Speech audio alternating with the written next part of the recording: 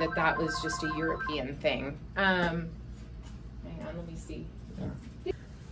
There it is, if you want to take a look at it. So, just for a recap, the phone rang. So yeah. And it was the Olan Corporation calling about ammo to tell you stuff. Let's talk to Winchester about ammo specifically. While we're filming, yes. Let's tell you what happens when you find ammunition from the factory that you have purchased at a store, and you get it home and you start to inspect every single individual cartridge.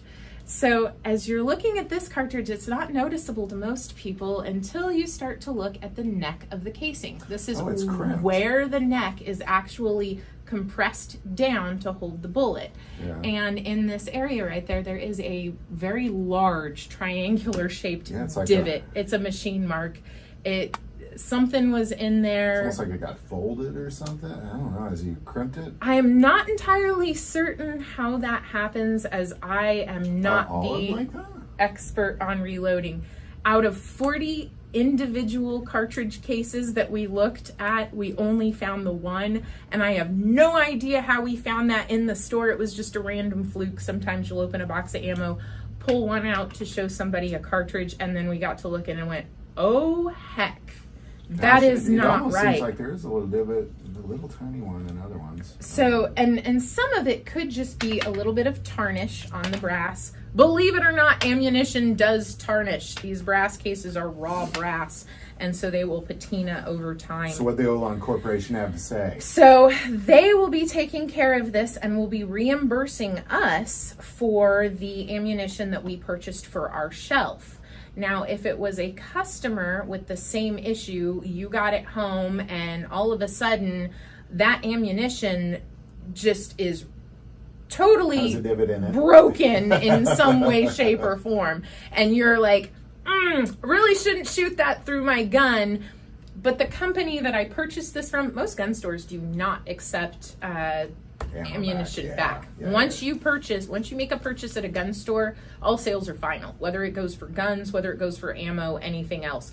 We cannot comfortably tell a manufacturer once that ammunition leaves the door that it hasn't been tampered with in any way, shape, or form. So this obviously didn't leave the door. So this did not leave the store, and we found it here. And so once you find a manufacturer defect, it is your responsibility to contact the manufacturer and let them know. And they're going to want to know some information. They're going to want to know where you purchased it from, how much you paid for it. If you have your original receipt, that is so helpful.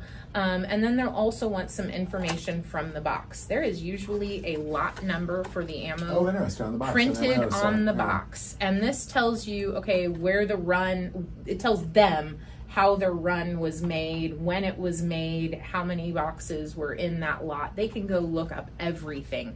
And if they get enough recalls on certain lot numbers, they'll recall that whole lot number. Just look into it. Every year there's a lot of recalls on certain lot numbers, not just on ammunition, but on other things too. Toasters, teacups, I'm sure. But there's recalls. So now, generally speaking, how are companies on being like, are they just like, we will send you a new box, sir, sorry about that, or is it kind of a runaround? Some of them are I've never sent back ammo before. Very easy. This is my very first time that I have had to send back ammunition or contact a manufacturer on defective ammunition.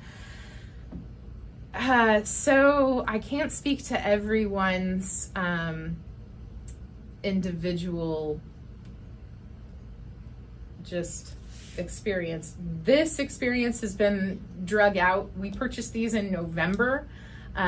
We discovered it in December, and here it is January, and they are just now getting back to us. Yeah, that's funny that that's good that they called over. Right. I mean, right in the middle of filming, and it's like, well, let's see who's calling. Oh, the Olan Corporation. Well, I guess I better take this. That's funny. So don't be in a hurry, I guess is what you're saying if you have bad ammo. Don't be in a hurry.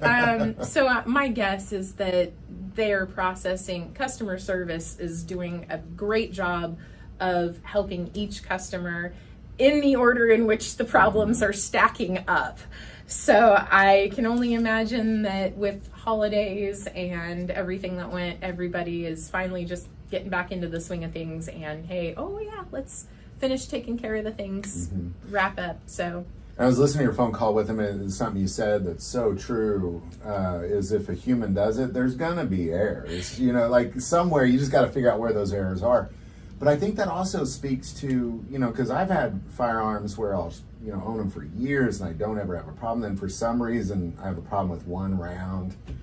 I think that just speaks to really, it's not, you know, there's a lot more to what's going on with that ammo than one might think. Yeah, you have a lot of different variables that you have to account for, and so yeah, you put a human being in the mix. We're here, we are humans, we do make errors, we do know that. Yeah. So you do have to account for a margin of human error, and at some point, yeah, I can see how this was missed, because if you tilt this, I was looking around. I was like, "Well, what's wrong with it?" I handed it to you first, and in the light and everything like that, that almost doesn't look like a divot until you run your nail over it or something over it, and then you can feel, oh yeah, that is not just discoloration or something. There is actually a defect in that.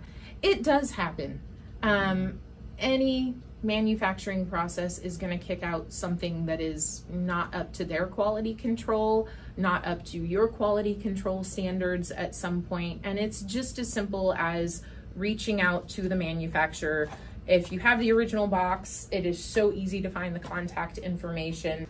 Unfortunately, most gun stores will not be able to help you, but the manufacturer who made the ammunition will happily, most of the time, and responsibly take care of the issue. Awesome. So that it happens. It happens. It really does. I wish it didn't. This definitely ruined somebody's day, because it is very difficult to come by some hard to find ammunitions, and this is being one of them. He waited a long time for these and was like, I will pass. That is totally not up to standard. That's tough, and that's interesting, because, and especially, you know, you think, well, chances are you put this in your gun, it's going to fire, it's going to, you know, but if you're, you know, if you're deer hunting, which is what my guess is he got these for, or hunting is my guess of some sort, you know, that one matters.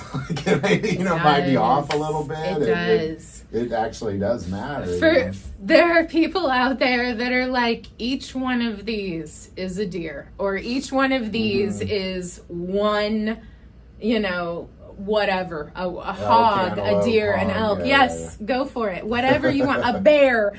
And each shot matters, especially with as expensive as ammunition is. It happens. I wish it didn't. But it does. And it is awesome that they've been able to witness here that once you complain, a mere 3 months later, they will call you. You know what? I really wonder that if the holidays and everything did not compound that wait time. I obviously do not know what the chain of command and everything looks like. I can tell you that I got a phone call today, and the second email I sent them, let's see, today's the 25th. Yeah. So email number 2 to them was received on the 23rd. So it was 23rd of January, and today's the 25th. So nice. Okay. So it was quick, but it did it did take more than months all to your reach out data to them. notes. Yeah. I'm trying.